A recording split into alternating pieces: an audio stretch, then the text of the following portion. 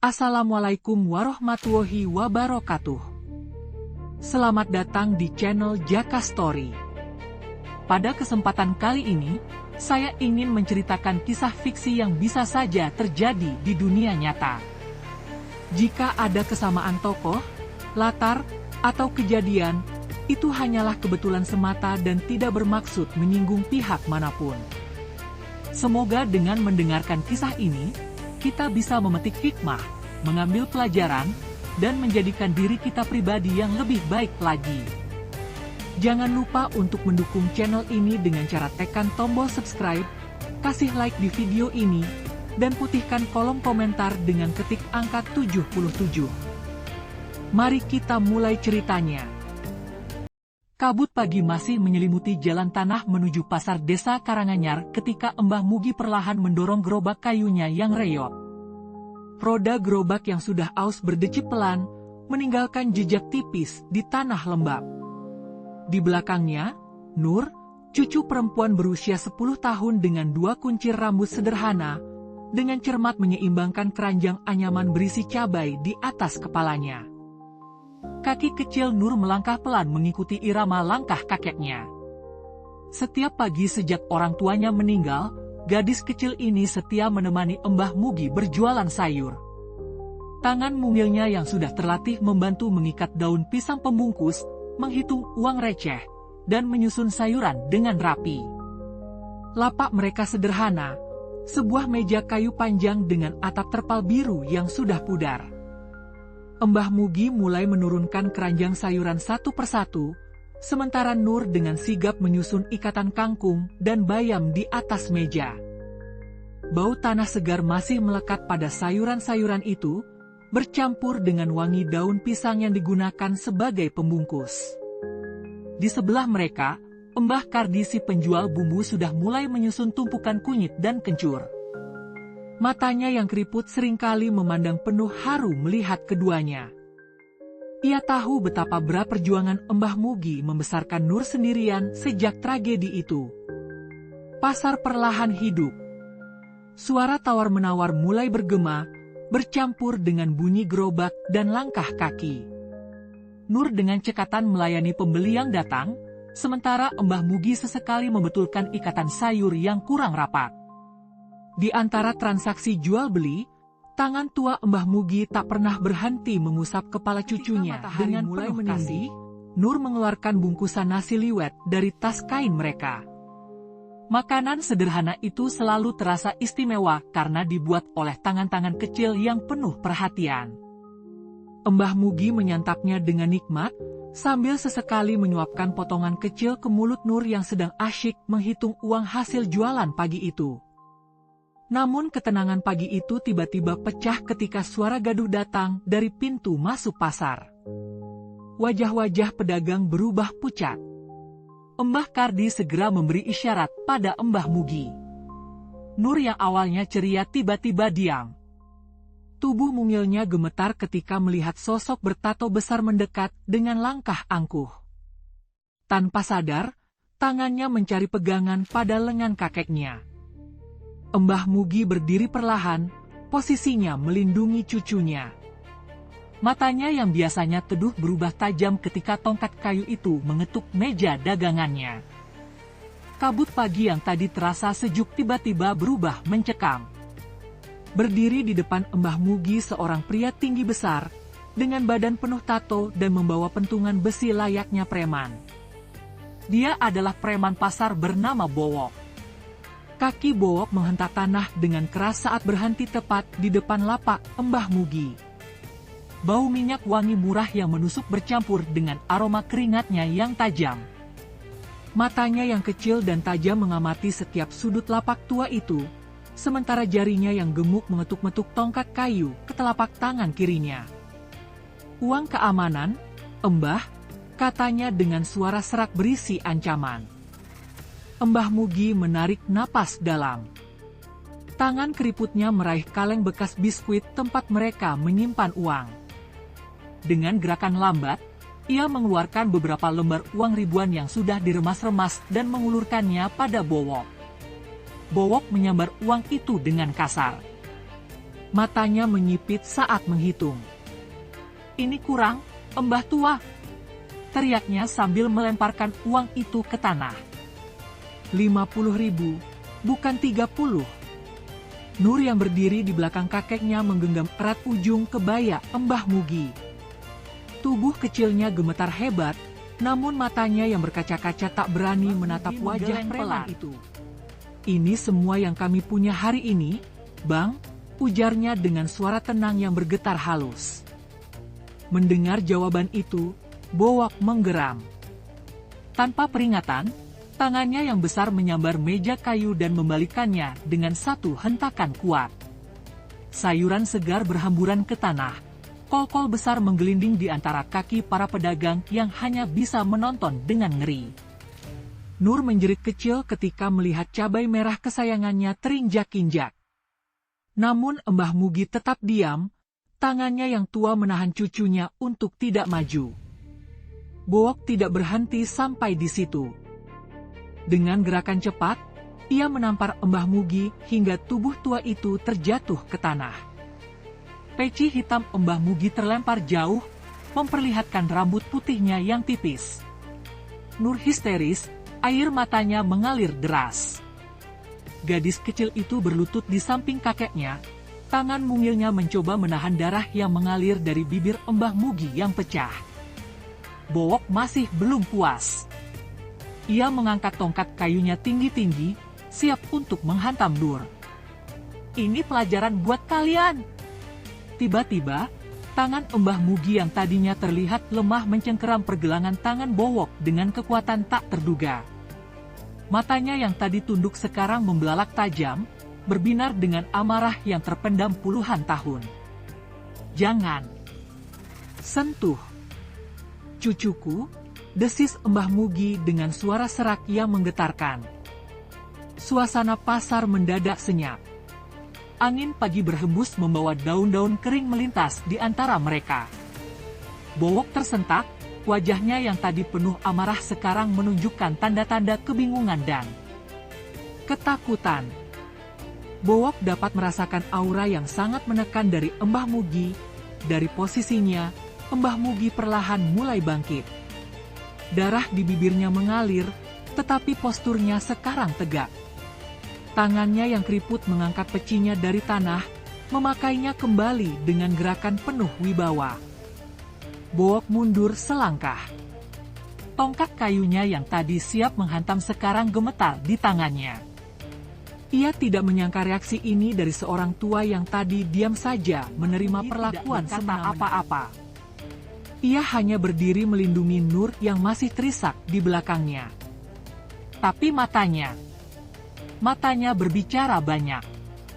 Mata yang sama sekali berbeda dari penjual sayur lemah yang dikenal pasar selama ini.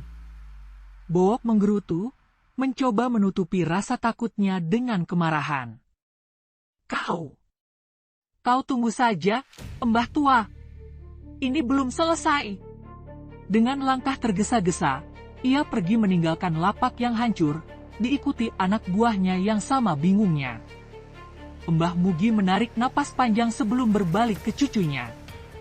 Tangannya yang gemetar membersihkan air mata di pipi Nur. "Sudah, Enduk. Sudah," bisiknya lembut. Tapi Nur melihat sesuatu yang berbeda di mata kakeknya.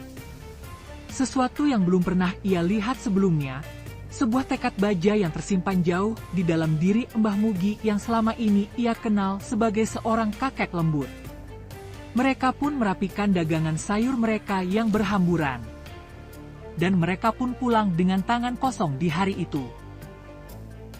Setelah kekalahannya di pasar, Bowok pulang dengan wajah lebam dan hati penuh dendam.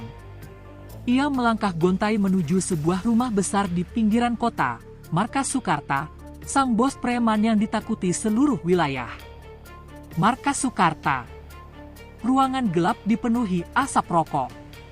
Sukarta, pria berbadan besar dengan bekas luka melintang di pipi, duduk di kursi kayu ukiran. Matanya menyipit ketika melihat Bowok masuk dengan wajah babak belur.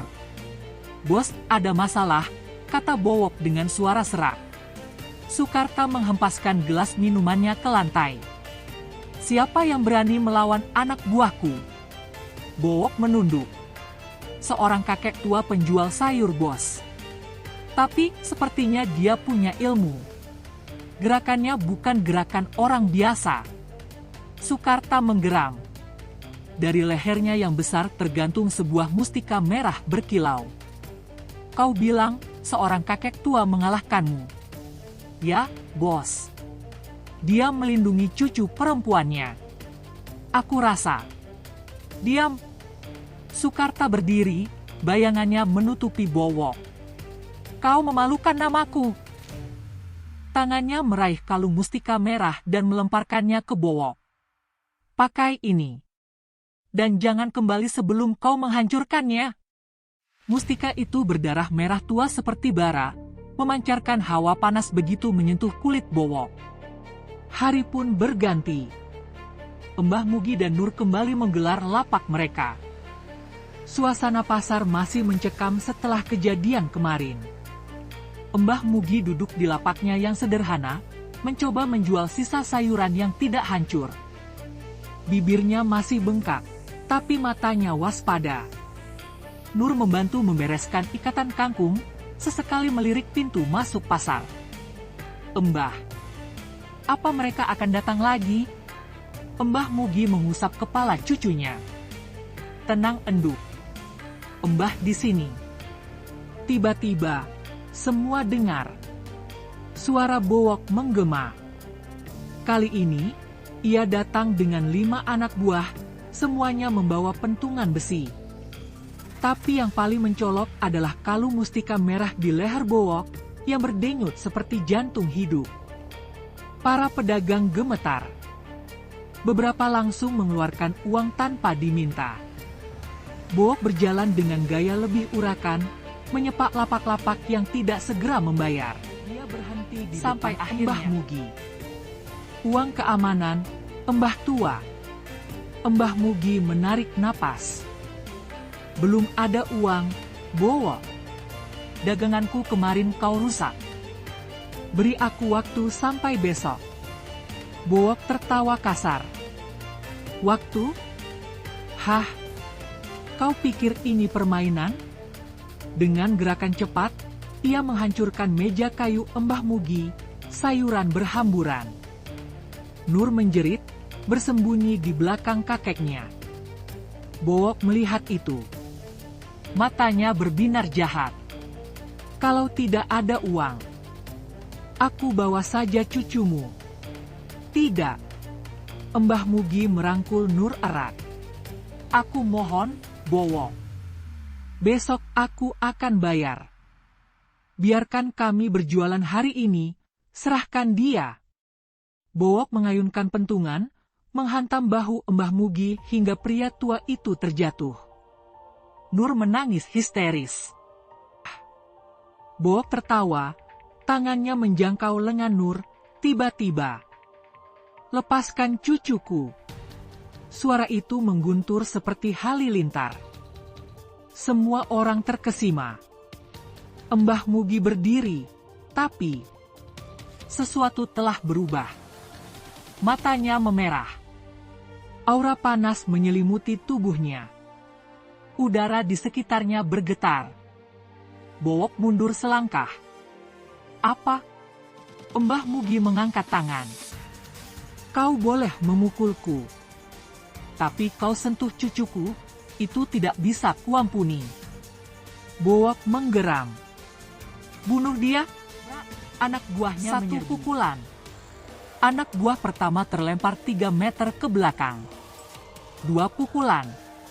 Tulang rusuk anak buah kedua retak terdengar. Bowo panik. "Kalian bodoh!" Ia mengayunkan pentungan besi, tapi Mbah Mugi menghindar secepat kilat. "Tidak mungkin!" teriak Bowo. Mustika merah di lehernya berdenyut lebih cepat. Mbah Mugi melangkah mendekat. "Kau pikir kekuatan sejati datang dari batu itu?" Pukulan pertama mengarah ke perut, Bowo terpental, tapi mustika merahnya menyala, menahannya. "Hah! Kau tidak bisa!" Pukulan kedua, ke dagu. Bowok tersentak, darah mengucur dari mulutnya. Pukulan ketiga, ke ulu hati. Ah! Bowok terjatuh, mustika merah di lehernya retak. Dia memandang Mbah Mugi dengan ketakutan. Siapa kau sebenarnya? Mbah Mugi berdiri di atasnya, aura kemarahannya masih menyala. Bowok pun berteriak ke semua anak buahnya untuk mengeroyok Mbah Mugi. 5 anak buah Bowok menyerbu Mbah Mugi sekaligus. Pentungan besi, kayu berduri, dan pisau berkilat diarahkan ke tubuh renta itu. Mbah Mugi bergerak lincah, menangkis, mengelak, membalas, namun jumlah mereka terlalu banyak. "Mbah!" teriak Nur dari kejauhan. Mbah Mugi menoleh, matanya membelalak. Bowok sudah menyeret Nur keluar pasar, tangannya menutup mulut gadis kecil Mbah itu. Mugi berteriak, darah mengalir dari luka di dahinya. 2 anak buah Bowok menghadang. "Jangan biarkan dia mengejar!" Mbah Mugi menggeram. Auranya meledak, 3 penyerang terlempar ke belakang. Tapi sudah terlambat, Bowok dan Nur sudah menghilang di ujung jalan. Di markas Sukarta, ruang bawah tanah. Nur terlempar ke lantai dingin, tangannya diikat. Ruangan itu dipenuhi benda-benda aneh, topeng kuno, keris-keris antik, dan di dinding tergantung mustika-mustika berwarna macam-macam. Bowok berlutut di depan seorang pria bertubuh besar duduk di kursi singgasana. "Sukarta. Tuan, aku bawa cucunya. Biarkan dia jadi budak pengganti uang perlindungan." Sukarta mengamati Nur dari atas. Matanya tajam. "Kau tidak mengalahkan si kakek itu." "Maaf Tuan, meskipun memakai mustika delima merah, aku tetap kalah." Sukarta tiba-tiba berdiri, kursinya terjungkal. "Tidak mungkin." Dia menghampiri Bowok, menarik kerahnya. Mustika delima merah hanya bisa dikalahkan oleh satu benda, yaitu keris Taming Sari. Nur yang mendengar itu menggigil. "Keris Taming Sari?" Kata itu mengingatkannya pada kalung keris kecil yang selalu dipakai Mbah Mugi. Sukarta pun mengingat kejadian 10 tahun lalu, di mana sepasang suami istri berlari dikejar Sukarta dan anak buahnya. Wanita bernama Sri, yaitu ibu dari Nur, memegang erat sebuah keris. Saat terkepung di tepi jurang, mereka terjatuh, keris itu ikut terjun bersama mereka ke dalam jurang. "Tuan, apa mungkin si kakek itu?" kata Bowok. Sukarta tersenyum kejam. "Aku sendiri yang akan datang ke pasar." Matanya berpindah ke Nur. "Dan kau akan menjadi umpan." Tangannya mencengkeramkan senja di pasar Karanganyar yang menuju gelap. Mbah Mugi duduk di antara puing lapaknya dan beberapa anak buah Bowok yang telah dia kalahkan. Tangannya menggenggam kalung keris kecil dan bergetar. "Nur, Mbah datang." Dia berdiri. Untuk pertama kalinya dalam 10 tahun, Mbah Mugi mengeluarkan keris Taming Sari dari lehernya. Bilah keris itu berkilau merah darah di bawah cahaya bulan. Suara kerisauan memenuhi udara pasar yang sunyi. Mbah Mugi berdiri tegak menghadapi Sukarta, wajahnya yang keriput kini dipenuhi ketegangan. "Suryana." Sukarta menyeringai, menyebut nama asli Mbah Mugi. "Lama tak berjumpa." Mbah Mugi mengerutkan kening. "Jadi selama ini juga ulahmu?" Sukarta tertawa kasar. "Ini takdir, Suryana. Kau dan aku sama, dulu kita sama-sama haus kekuatan." Kilasan masa lalu muncul, 2 murid terbaik sebuah perguruan silat, Suryana dan Sukarta, berpisah karena obsesi Sukarta akan benda-benda mistik. "Tapi aku sadar, Sukarta," Mbah Mugi menggeleng. "Kekuatan sejati bukan dari benda-benda itu." Sukarta menggeram. "Bohong. Lihat ini." Tangannya mengacung ke leher Mbah Mugi, keris Taming Sari itu. "Serahkan padaku atau cucumu akan aku habisi." Di kejauhan, Bowok menyekap Nur yang masih terikat. Mbah Mugi menatap cucunya, mengingat pesan terakhir anaknya, Sri, yang sekarat di dasar jurang, jaga Nur, jaga keris ini. Dengan berat hati, Mbah Mugi mengangguk. Lepaskan Nur dulu. Sukarta memberi isyarat. Bowok melepas ikatan Nur, mendorongnya ke depan. Gadis kecil itu berlari ke pelukan Mbah Mugi. Maafkan Mbah, enduk, bisik Mbah Mugi sambil menyerahkan keris itu. Seketika Sukarta menyambar keris itu dan mengkhianati janji. Bowok kembali menarik Nur. Sukarta mengayunkan keris, aura merah menyala-nyala mengelilinginya. Aku tak terkalahkan sekarang. Mbah Mugi melompat menghindar. Pukulan demi pukulan Sukarta semakin cepat, kekuatannya berlipat 10 kali. Mbah Mugi terdesak, darah mengalir dari luka di tubuhnya. Kakak, tolong aku, teriak Nur dari kejauhan. Suara itu seperti listrik yang menyambar tubuh Mbah Mugi. Kekuatan sejati berasal dari hati. Ucap Mbah Mugi sambil mengatur napas. Tiba-tiba, gerakannya berubah. Secepat kilat, tubuh tua itu bergerak lincah seperti di masa mudanya. Setiap serangan Sukarta dielakkan dengan sempurna. Sukarta mengamuk. Diam kau. Marahmu membuatmu buta, kata Mbah Mugi membalas sambil menyapu kaki Sukarta. Keris Taming Sari terlepas dari genggaman Sukarta. Mbah Mugi menendangnya jauh-jauh. Tidak, jerit Sukarta saat auranya memudar. Mbah Mugi tidak memberi ampun. Serangan bertubi-tubi menghujani Sukarta hingga terjatuh. Cukup. Aku menyerah, Sukarta terisak. Maafkan aku, Suryana. Mbah Mugi berdiri di atasnya, napasnya berat. Karena obsesimu, cucuku kehilangan orang tuanya. Cukup sudah. Dia memandang Bowok yang ketakutan. Lepaskan Nur. Bowok segera melepaskan ikatan Nur. Gadis kecil itu berlari ke pelukan Mbah Mugi. Sukarta bersimpuh. Apa yang harus kulakukan sekarang? Mbah Mugi mengambil keris Taming Sari, memandangnya sebentar sebelum memasukkan ke sarungnya. Pergi. Dan jangan pernah kembali. Keesokan harinya, matahari terbit menyinari pasar Karanganyar yang sudah ramai kembali. Mbah Mugi dan Nur duduk di lapak mereka yang baru, dikelilingi pedagang lain yang kini menghormati sang jawara. Di kejauhan, tidak ada lagi tanda-tanda anak buah Sukarta maupun Bowok. Mbah, tiba-tiba Nur bertanya sambil memegang kalung keris kecil Mbah Mugi. Apa kita akan baik-baik saja sekarang?